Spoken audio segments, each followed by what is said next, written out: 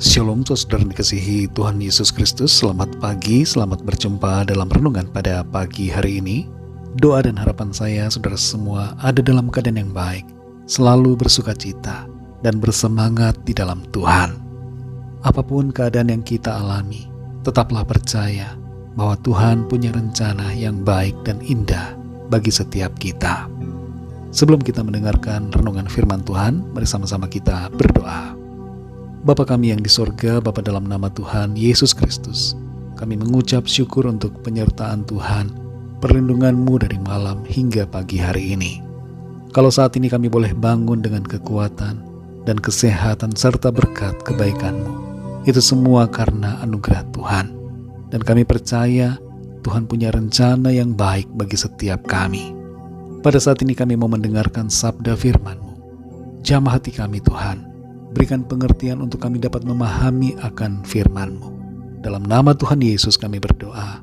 Haleluya, amin.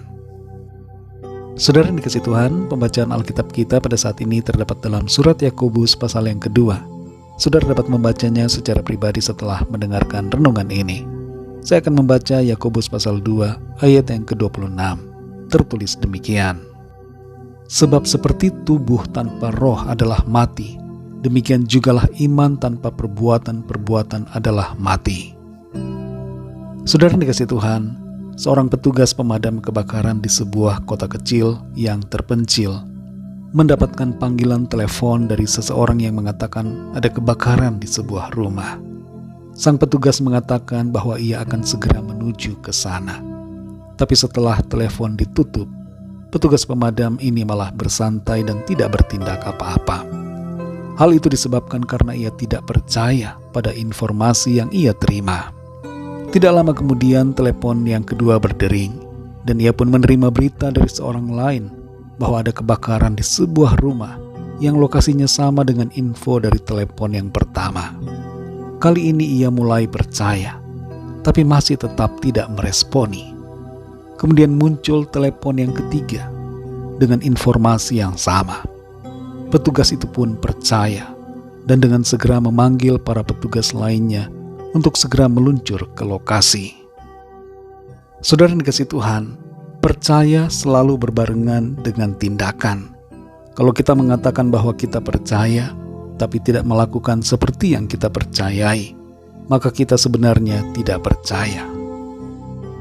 Dalam Yakobus 3:26 tertulis, sebab seperti tubuh tanpa roh adalah mati, demikian jugalah iman tanpa perbuatan-perbuatan adalah mati. Percaya kepada Tuhan bukanlah sekedar perkataan, tapi juga perbuatan. Kalau kita beriman, maka tanpa harus digembar-gemborkan, kita sudah seharusnya menunjukkan sikap dan perbuatan yang benar. Dan begitu juga, percaya kepada Tuhan bukanlah sekedar perbuatan semata, tapi iman yang sungguh lahir dari hati. Karena kita bisa saja berbuat yang baik, tapi dalam hati kita tidak ada iman kepada Tuhan. Kita bisa saja rajin beribadah, melakukan perbuatan-perbuatan yang saleh, berkomitmen penuh untuk menjalankan berbagai kewajiban agama, tapi hati kita belum tentu sungguh-sungguh mengasihi Tuhan. Iman harus ditunjukkan dengan perbuatan, dan perbuatan juga harus disertai dengan iman. Dalam Efesus 2 ayat yang ke-10, di situ dikatakan, karena kita ini buatan Allah, diciptakan dalam Kristus Yesus untuk melakukan pekerjaan baik yang dipersiapkan Allah sebelumnya. Ia mau supaya kita hidup di dalamnya. Kita mengerti di sini bahwa kita semua adalah buatan Allah, diciptakan dalam Kristus Yesus untuk melakukan pekerjaan-pekerjaan yang baik. Saudara dan saya adalah karya Tuhan yang indah. Kita sangat istimewa. Kita diciptakan untuk melakukan apa yang baik, bukan apa yang jahat. Melalui firman Tuhan kita mengerti bahwa keselamatan bukanlah disebabkan oleh karena perbuatan baik kita, tapi oleh karena karya Allah di dalam Kristus. Ia menebus kita dan menyelamatkan kita. Dan perbuatan baik merupakan hasil dari keselamatan. dan menjadi buah pertobatan yang seharusnya muncul dalam hidup kita oleh karena iman kita kepada Tuhan. Inti pesan dari Yakobus pasal 2 ini adalah bahwa iman dan perbuatan saling berhubungan satu dengan yang lainnya. Perbuatan tanpa iman tidak akan membawa keselamatan. Sebaliknya, iman tanpa perbuatan juga adalah sia-sia.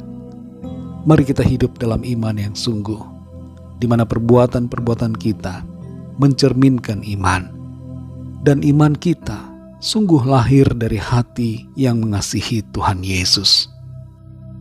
Saudara dikasihi Tuhan, apakah kita selama ini masih hidup dalam dosa, sekalipun sudah mengaku beriman percaya kepada Tuhan? Apakah kita masih hidup dalam kekhawatiran, meskipun sudah mengaku percaya? Adakah iman kita sungguh dibarengi dengan tindakan? Ataukah iman kita hanya sebatas wacana atau teori saja? Mari berimanlah dengan sungguh. Milikilah tindakan iman. Jangan hanya iman yang kosong.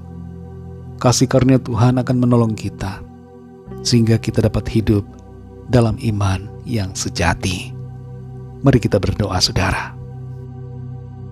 Bapa kami yang di sorga, Bapa, dalam nama Tuhan Yesus Kristus, kami bersyukur untuk berkat firman-Mu yang sudah kami dengar pada saat ini, yang mengingatkan kepada setiap kami, agar kami memiliki tindakan iman, bukan hanya sekedar berteori, berkata bahwa kami beriman percaya kepada Tuhan, tapi dalam prakteknya kami tidak memiliki perbuatan.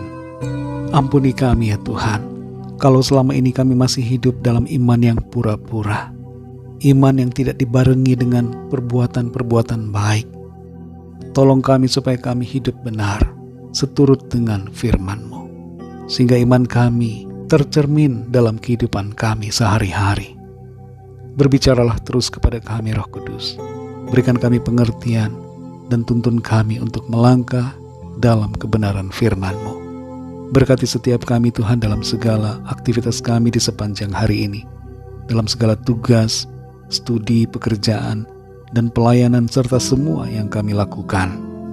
Buatlah kami semua berhasil dan sertai kami dengan kuat kuasa-Mu, sehingga kehidupan kami memuliakan nama Tuhan dan kami boleh menjadi berkat bagi sesama kami.